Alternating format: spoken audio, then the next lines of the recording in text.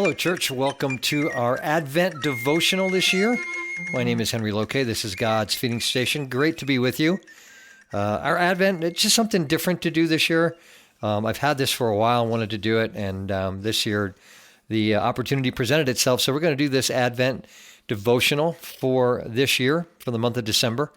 And it's Come Let Us Adore Him by Paul David Tripp. It's just a great little devotional, so I hope you enjoy it. The angels sang because the everlasting Father had come to extend arms of redeeming grace to all who would give their hearts to Him.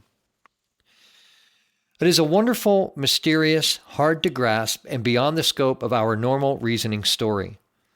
But when you get it, when you come to fully understand the purpose and implications of this story, you will sing too.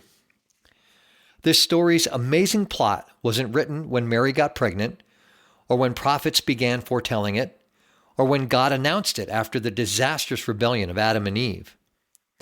This story is so miraculous in every way that it could have only come out of the mind of God in eternity before the foundations of the earth were laid down by His mighty hand.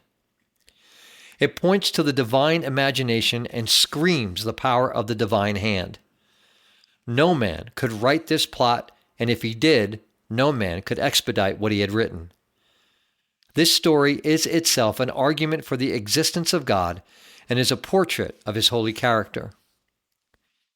The beautiful world that God had created was now broken and groaning, the direct result of the rebellion of the ones God had made in His own image and had placed His guiding and providing love upon.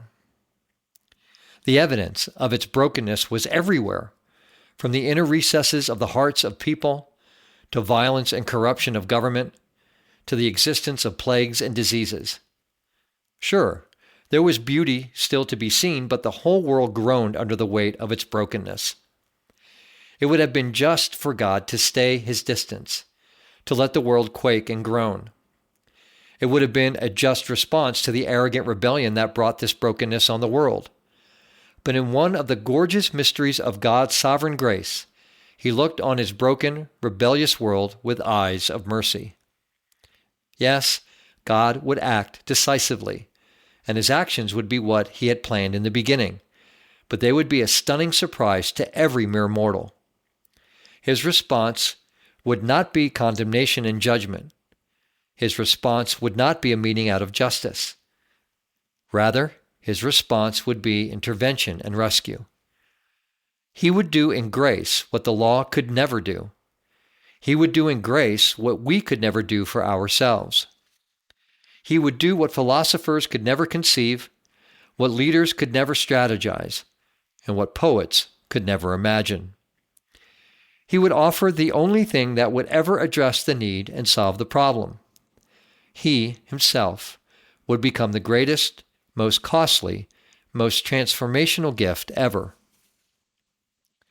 God would take on human flesh and invade His sin-broken world with His wisdom, power, glory, and grace. But He wouldn't descend to a palace. Instead, the Lord Almighty, the Creator, the sovereign King over all things, would humble Himself and take on the form of servant. He would live on our behalf the life we could have never lived. He would willingly die the death that you and I deserve to die, and He would rise from His tomb as the conqueror of sin and death. He would suffer every single day of His life so that He could, with His life, give grace to rebels, extend love to those who would deny His existence, impart wisdom to those who think they know better, and extend forgiveness to everyone who seeks Him. His coming stands as an affirmation that He will not relent. He will not be satisfied until sin and suffering are no more and we are like Him, dwelling with Him in unity, peace, and harmony forever and ever. It is true that you just can't write this stuff. The majesty of the patient and forgiving love of this story defies words. The implications of this birth are not only transformational to the cosmos, but also eternal in their extent. This is the story of Jesus, born in a barn in Bethlehem. The Messiah the earth cried for now cries to be held by Mary and will soon cry in torment of the cross of salvation. He came to suffer because He came to save. the angels sang because finally hope had come.